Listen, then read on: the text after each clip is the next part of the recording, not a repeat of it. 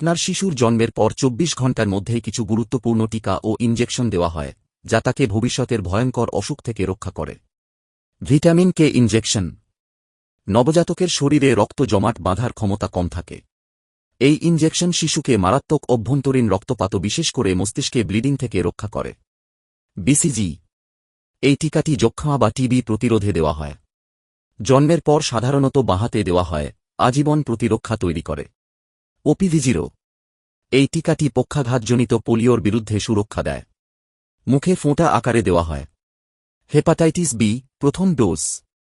এই টিকাটি লিভারকে ভাইরাসজনিত সংক্রমণ থেকে রক্ষা করে। জন্মের ২৪ ঘণ্টার মধ্যেই দিলে ভবিষ্যতে লিভার ক্যান্সার বা সিরোসিসের ঝুঁকি অনেকটাই কমে। আপনার শিশুর নিরাপদ ভবিষ্যতের জন্য সময়মতো টিকাদান অত্যন্ত জরুরি। Guided by doctor Shahrukh Sultan Ahmed. Trusted by AK care health tips.